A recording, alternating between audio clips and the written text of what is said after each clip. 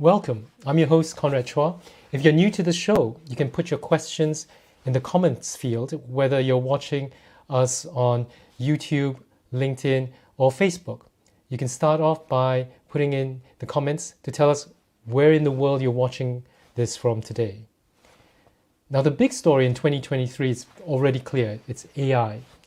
ChatGPT has unleashed all kinds of questions about the impact of generative AI, whose jobs are on the line, and how should we be working with AI or robots.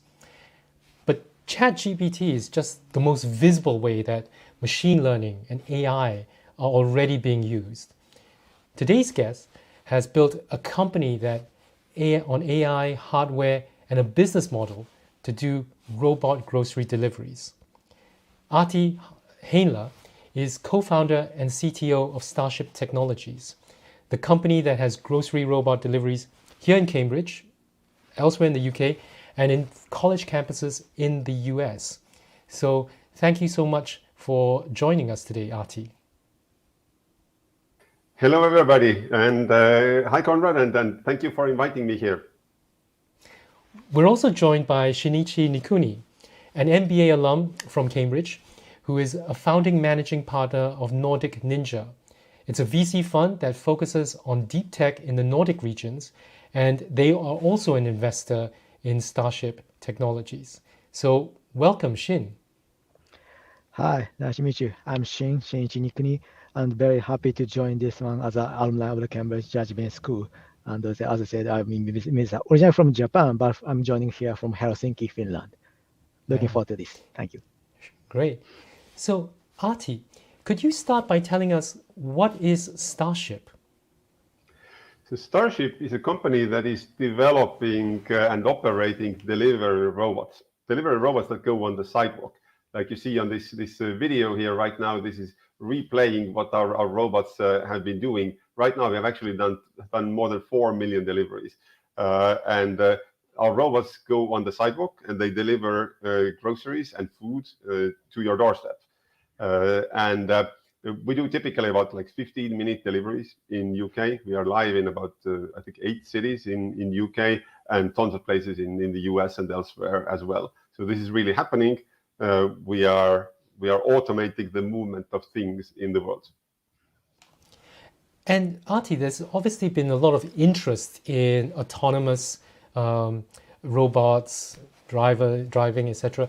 How did you or Starship decide on using autonomous robots specifically for deliveries? Right. We started the company 8 years ago, and already at that time, I think there was a lot of talk in the world that robots are coming, robots will be automating a lot of things and so forth. And we thought, okay, that is really true. And what can we actually do with robotics? And there are a lot of robots being built in the world.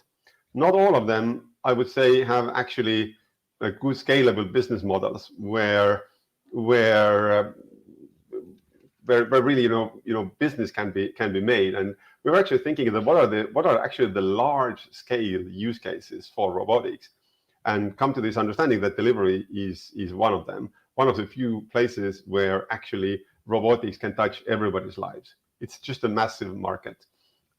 People still need things. Not everything, not all goods are virtual. People need things to be delivered. Most importantly, food and groceries. This is not going anywhere. People need to eat. Also in the 21st century and 22nd as well. And we can automate the movement of things in the world. It's just a big market. That's why we selected that. And your robots zip around the streets? Is the learning that they get from being deployed in one city transferable to, let's say, a new city that you start up operations, or do they have to learn everything all over again? It's actually a lot of that is transferable. There are some differences between various cities and countries that we have also learned over time. Maybe a most trivial example, if you look at the traffic lights, the traffic signals, walk, don't walk signals, for example, they are different in UK versus US, for example. It's just the colors are different, the language, how they laid out is different. So if if you're using machine learning and AI to, for example, detect the state of the signal, that is it walk or is it not walk, for example, this needs to be trained separately for like UK and US, for example, right?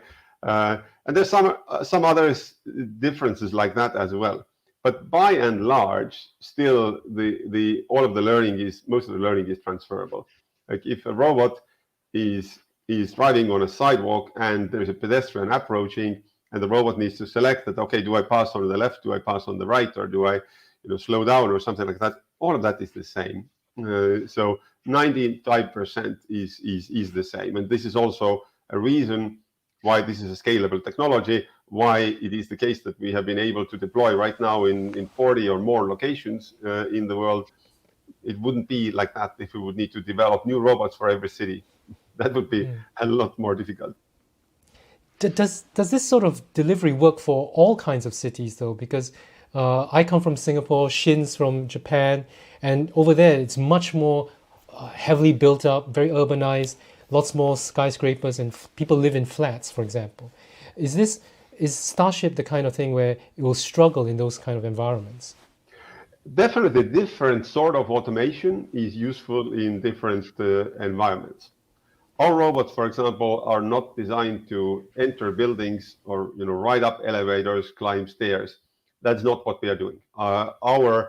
The current robots that we have are most suited for this sort of European or US suburban or like mid-density urban type of environments. This is where our robots really shine.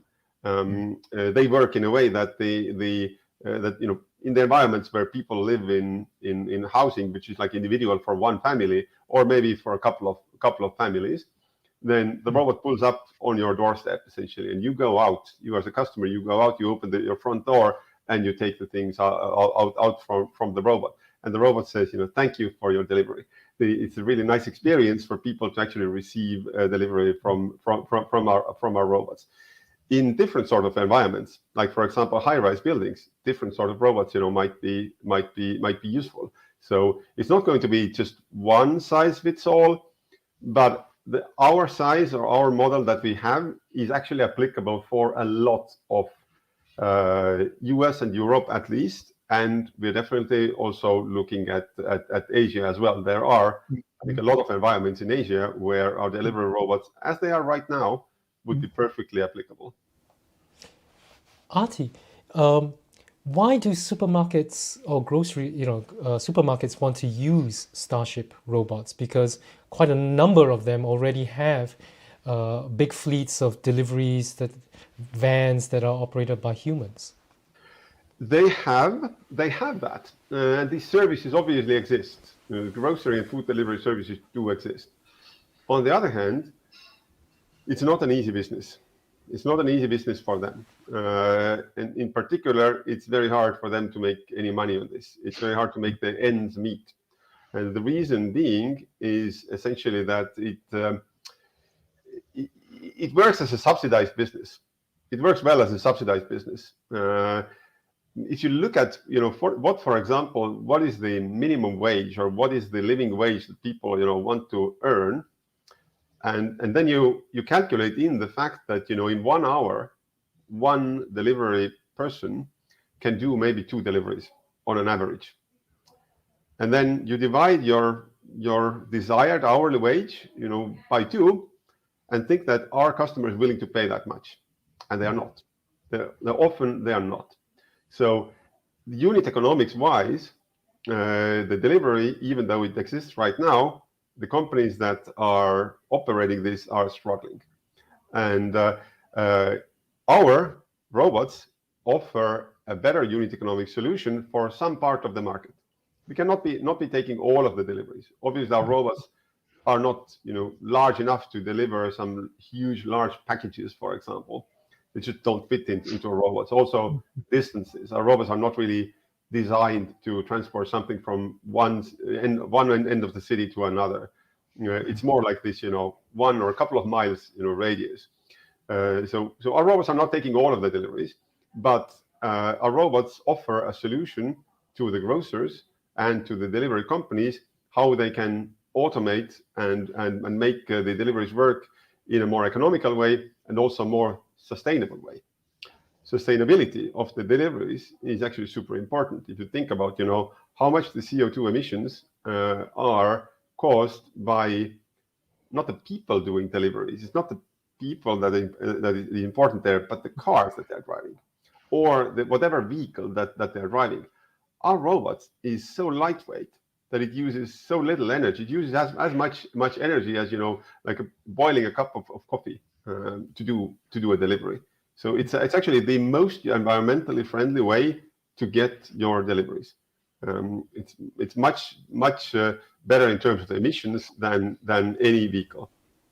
There are a couple of comments and questions coming in, but I'll hold on to that. I wanted to ask Shin first. You invested in Starship. What was it about the business model or the industry or the company that really drew you to invest in the company? Yep. Thanks. And actually, Ahti already touched some important point, the sustainability. It's about also energy, but it's also about the people. We see, especially after COVID, everyone started using like a home delivery, like a delivery service apps, etc. But mostly, I think, especially in Nordics, a lot of the actual tasks were filled by like immigrants, and maybe they are paid some, but not fully, and it is hard to, maybe this is not kind of sustainable job we thought. And of course, there's inflation, then the wages will be increased. So we are seeing by evaluating the Starship in the DD process that there will be, in some years, there's a moment that actually robot delivery cost could be lower than the human delivery cost in some years. Then we thought, then this, and on top, as Ahti mentioned, sustainability, this is also good for the people, because people don't need to do this kind of like a kind of repetitive, not creative tasks anymore, which robot can do easily. Robots are good at. So that's why, okay, in some future, in quite near future, there's a moment that this kind of robot could be filling up more like delivery tasks. And also, this is also good for the suburban areas.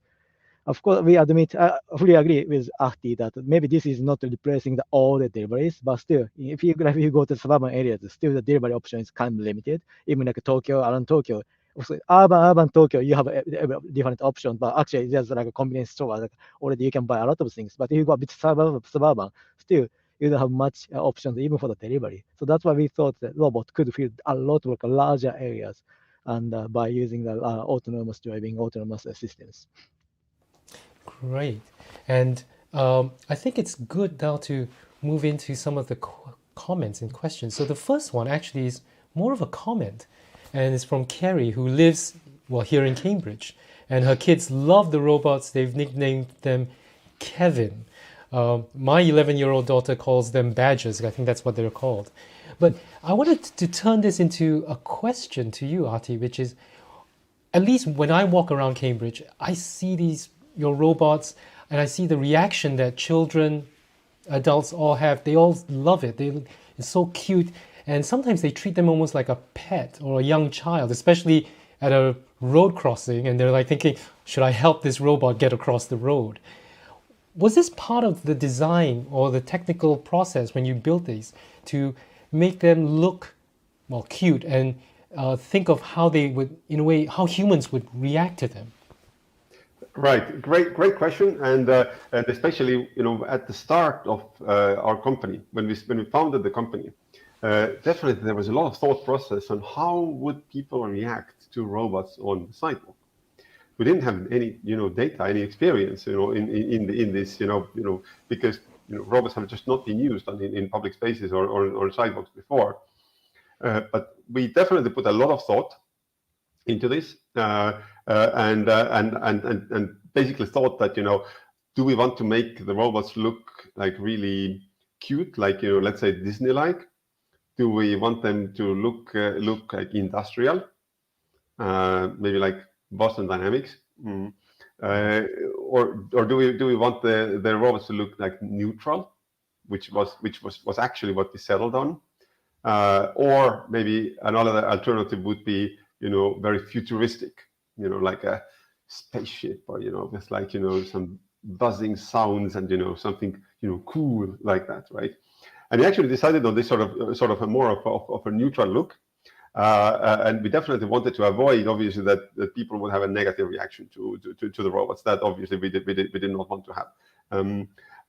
But we didn't actually predict how well people treat robots, how much they are actually in love with our robots, and how much, yes, they treat robots kind of as pets. And particularly, you also mentioned that hey, can I help the robot? This is also a really interesting phenomenon. Our robots actually do not really need help from pedestrians, right? But people are so eager to actually, see that, is this robot stuck? Can I actually help it to get unstuck? Can I push the robot a little bit?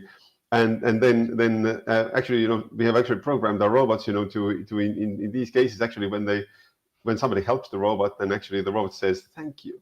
So you look at this is as a human, it's actually a great experience.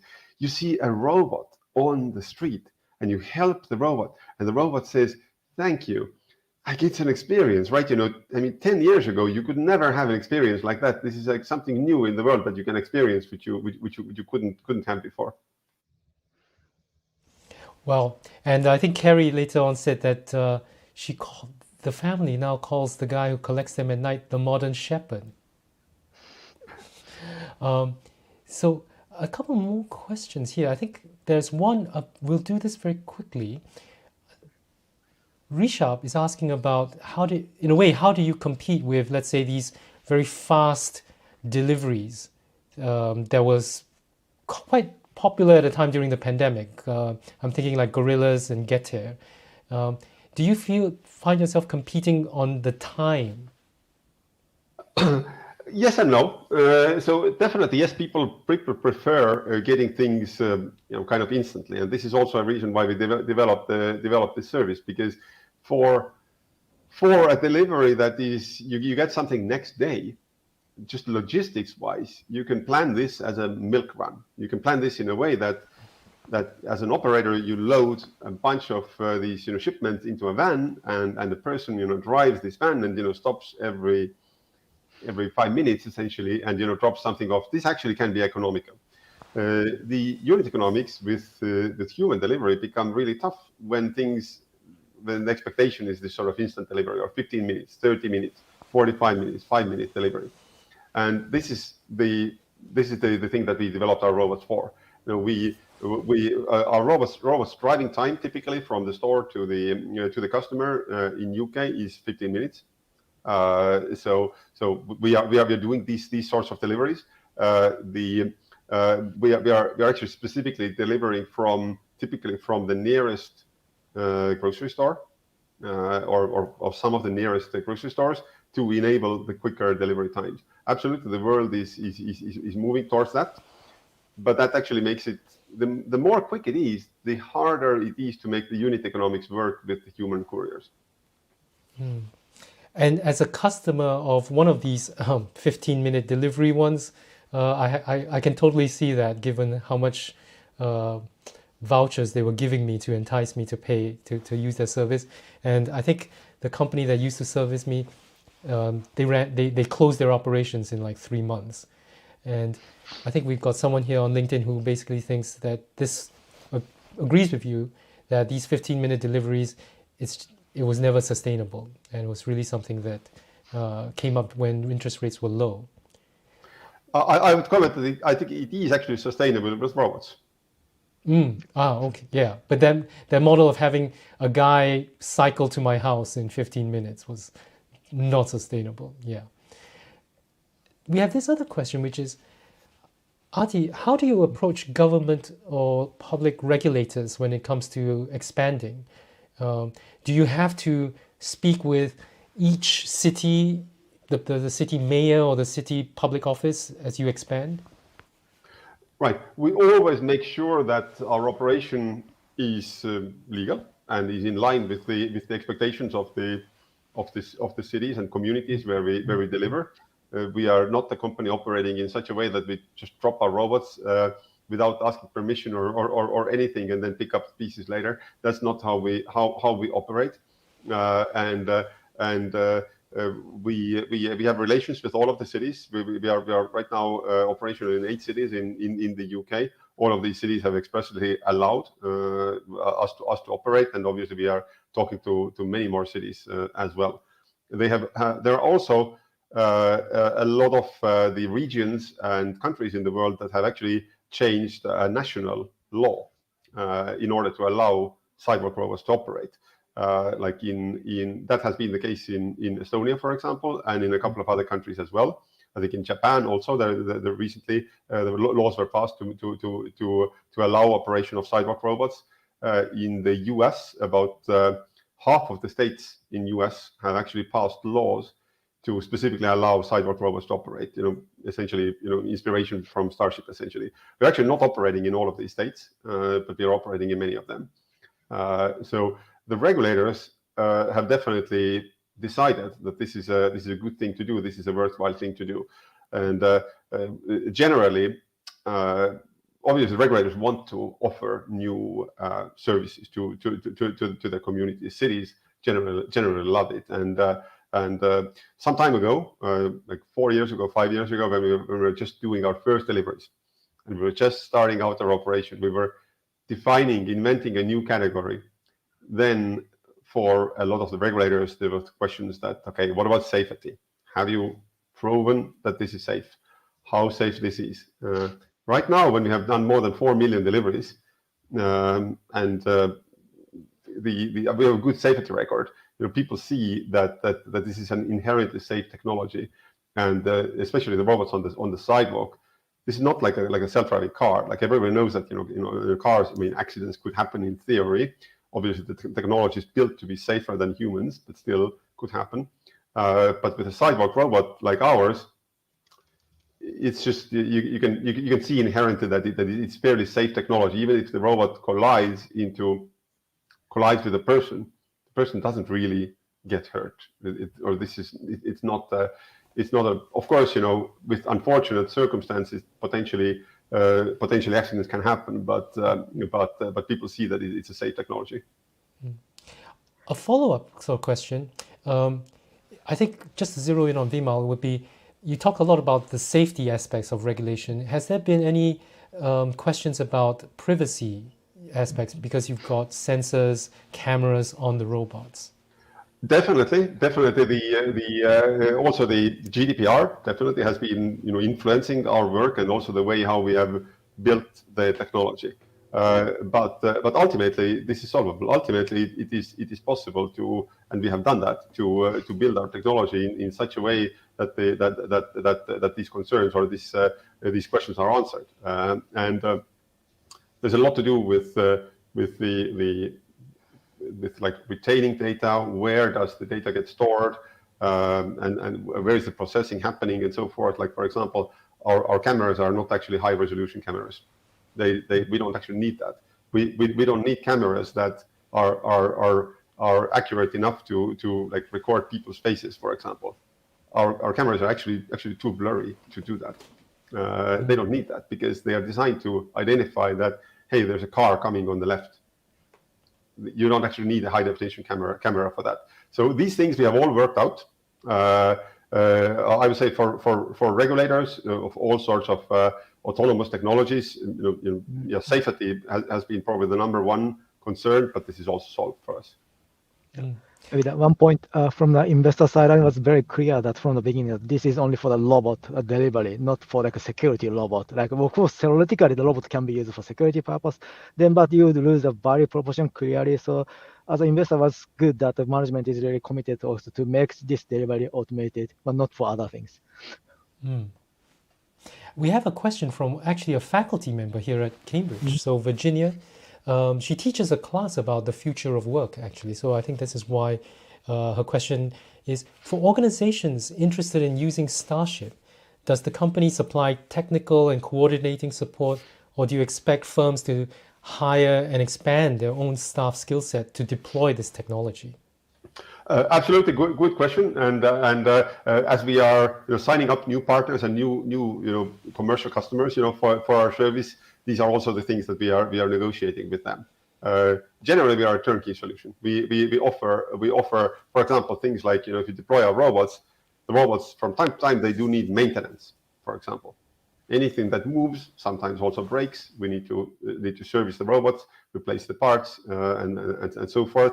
This is what Starship is doing. So our customers, our business customers, like the grocers, they do not need to do that, and other things like that as well. There are actually a number of things in our service which require quite deep technology to operate, like the mapping of the cities, analyzing where it is safe for the robots to drive, where it is the most economical to drive, setting all sorts of technical parameters in our robots. This is all that our company is doing. Our customers, our partners, like the grocers, they just want to get deliveries done. They just want to get something delivered from A to B, and that's the service that we are selling. And now there are quite a number of questions about where can you go, right? Where do you see Starship scaling, and what other application or problem areas do you think you'll be going towards next? Is it construction, health, other industries? Right now, the most of our scaling is, I would say, horizontal, or it's essentially that we are covering 8 cities in UK. That's not all of the UK. And even if we cover all of the UK, that's not the whole of the world. So we are expanding in the number of cities that we cover, in a number of sites we operate, also in US and elsewhere. Asia, like we mentioned before. We could definitely do completely different sorts of applications as well. Like we could go into construction, for example. That is theoretically possible. But the robots are not specifically designed for that. And there's a lot of opportunity with just the food and the grocery delivery that we are doing right now. And another sort of more general question is, where do you see this sort of AI, machine learning in the next 5 to 10 years in terms of businesses or in terms of individuals? And Ahti and Shin, both of you can chip in on this. Yeah, sure. Maybe so. As I'm thinking, this is basically obviously on the so we see like a lot of ChatGPT, like a generative AI things, and this would be not replacing, it would be helping a lot of some creative works of the human beings. That would be the one thing. But for this physical world, but still, just some we might still need some years, but 5 to 10 years is good timing for because autonomous driving hype, maybe it's gone already, but still some companies, fully funded companies like Starship and others, we are basically they are also shaping the edge and try to achieve the autonomous driving and automation with those kind of deliveries, and not necessarily for groceries, but other more like trucks and buses. So still in the business context, this would be individual, would be, I think that people have to adapt. And I think people already, younger generations are already adopting the new technology very quickly. So I think how we work and how we even commute, how we move, everything will be quite much affected. But business has to be, in a sense, very agile, especially large organization has to be very agile, but also the startup has to be match up with the new things. Right. I think especially in the recent months, with the popularity of ChatGPT, specifically, I think a lot of people are also overestimating the short-term impact of that. I think some people are more thinking that, is ChatGPT going to take over my job? I don't think that's going to happen. Not immediately. It's not just that we can just take ChatGPT and replace any person with a robot like that. That doesn't work. But longer term, like let's say yes, 5 to 10 years or even longer, I'm sure AI will have a quite significant impact. Specifically, if you think at specifically these generative AI things, essentially it automates certain kinds of things. It does certain kinds of things really well, but certain other kinds of things it doesn't do too well at all. So I think also we will need to figure out how can we use this technology in such a way that people are doing the things that they are doing best, and the AI is doing the things that AI does best. I think ChatGPT specifically is, I think, not well set up for that sort of separation. But image generation AI actually might be. It actually might be if I'm doing a presentation and I need backgrounds for my slides. I can have an AI draw these backgrounds. But if I want to design a nice house, a building, for example, and I have some specific requirements, maybe that's not what AI right now would be doing, but maybe in 5 years it would. Yeah. One other question about Starship and the business model from Chien, which is obviously deliveries went through the roof during the pandemic. So now that things are getting back to normal, have you seen an impact on business for Starship? So we also saw, I think, what a lot of other companies that were doing delivery, saw during that time that when the pandemic started, then obviously the demand went up. People started doing more. There was more interest in getting our deliveries, and then when things were more back to normal, then there was a bit of an opposite trend, but things didn't go back to the same level. They went back only a little bit, and also at Starship, this is a technological business. We are developing the technology further all the time. At the start of the pandemic, that was 3 years ago. 3 years ago, I think our technology was not performing as well as it is right now. It wasn't 15-minute delivery. Then it was maybe 20-minute delivery. Okay, now it is 15. And now everything works better in our service. So people also see that. So we are seeing an increasing trend of increasing interest in our service, not a decreasing one. And Ahti, I wanted to shift a bit to thinking about startups and deep tech startups. And you've been involved in, well, first Starship, but you were also in that early founding team of Skype.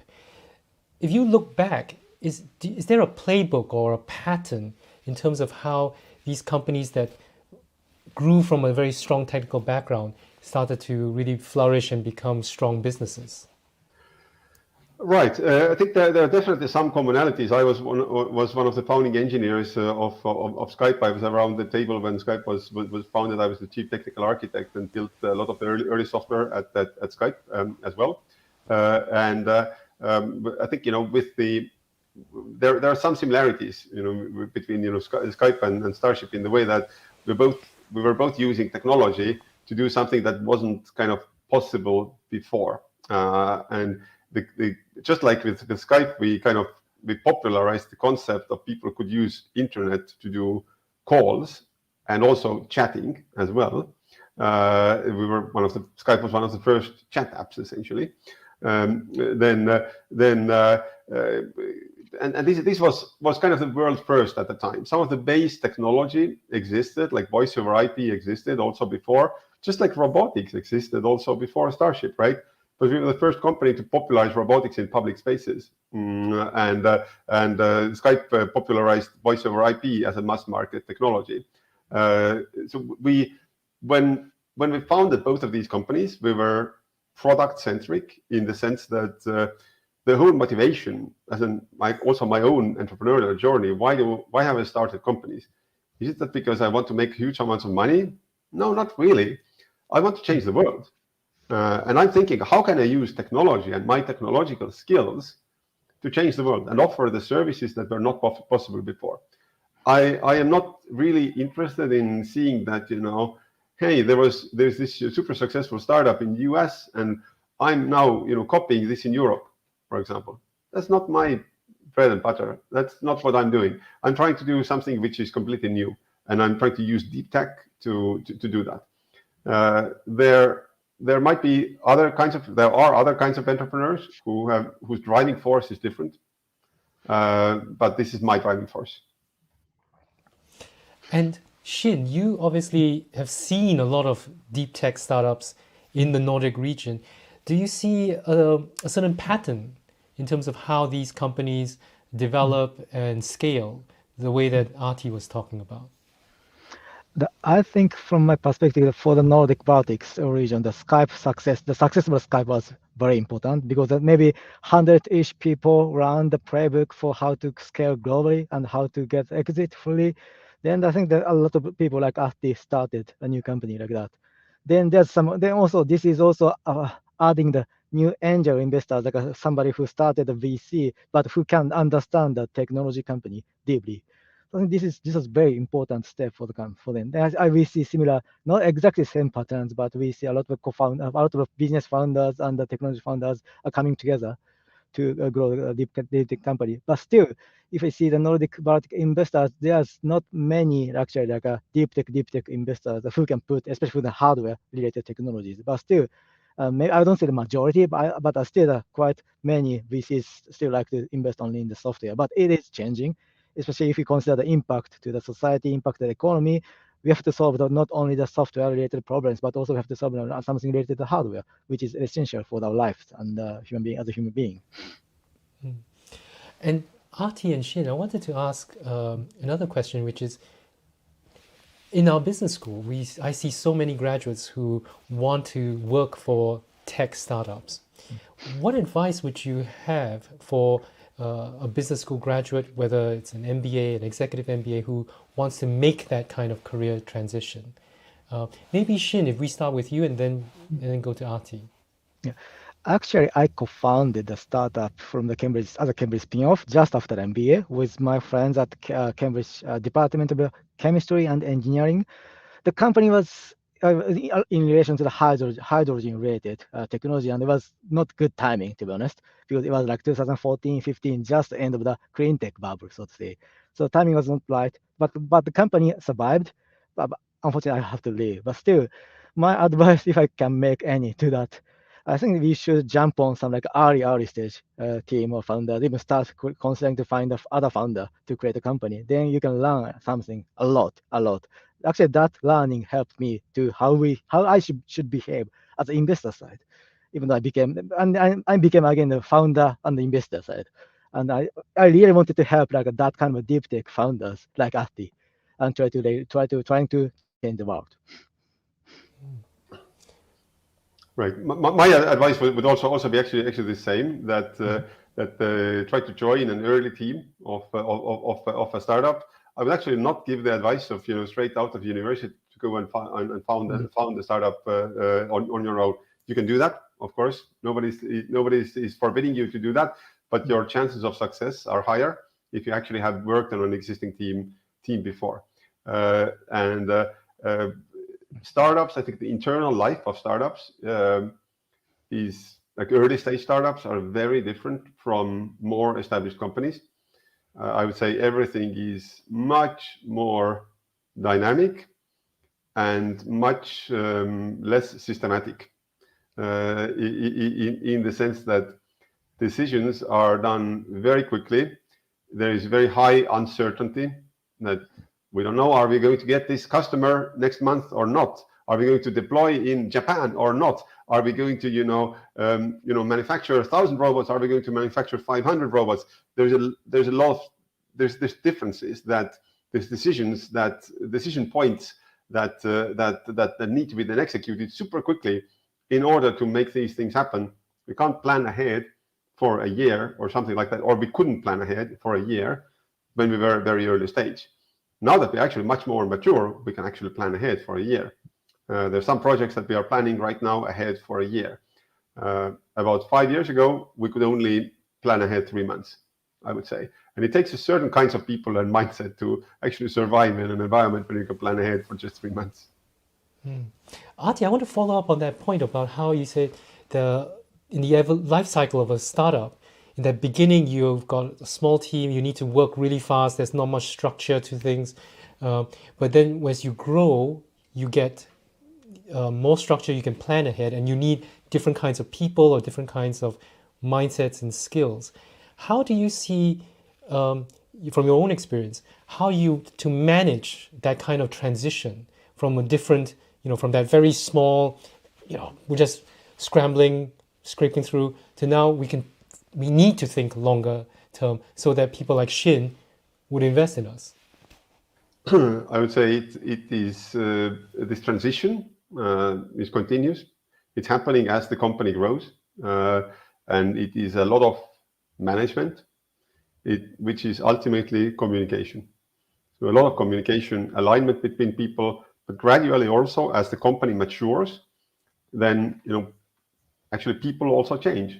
Some people join the company very early on, and they stay in the company for 4 years, and maybe they decide, okay, now they move somewhere else, and the company hires somebody else who is maybe experienced in more mature companies in the place of that person, right? Sometimes also people also grow or change. They change their own way of thinking and working. Like I myself, as a founder, I was at the company where we were 3 people, and we were much more dynamic and much more there was much more uncertainty than there is right now. And I am now a person who is leading projects where we plan ahead for a year. Maybe in 5 years, I will be the person who is planning ahead for 2 years or 3 years. Shin, have you seen what have you seen in terms of companies that have made this successful transition between different operating modes? What really worked for them? It's a very good question, but we always focus on the team, and because especially like from the first funding team, then the first customer, like a first paying project is very, very important. How they can really build on the business model based on that. The continuous like a grow scalable business model is key. So in the sense, maybe what I would say, especially for in terms of deep tech founder and maybe the commercial founder, maybe this kind of combination could be very interesting because there's some like genius people who can do both, but as a reality, as a like, time limit like 24 hours, like 365 days. So in this sense, if you have a strong ties between the 2-3 founders who can totally play a different key role, but still are tied connected very much, then I think I see the clear pattern.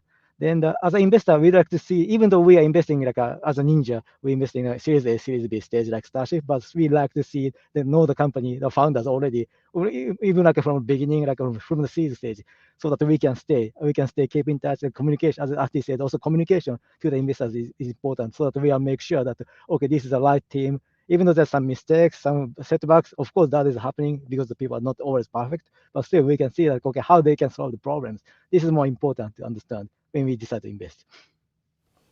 Well, just very quickly, one last question from the audience. So Stephen asked, what advice do you have for other hardware startups raising capital to scale?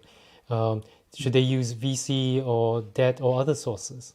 I don't know, Shin, do you have a view on this? And then maybe Ahti?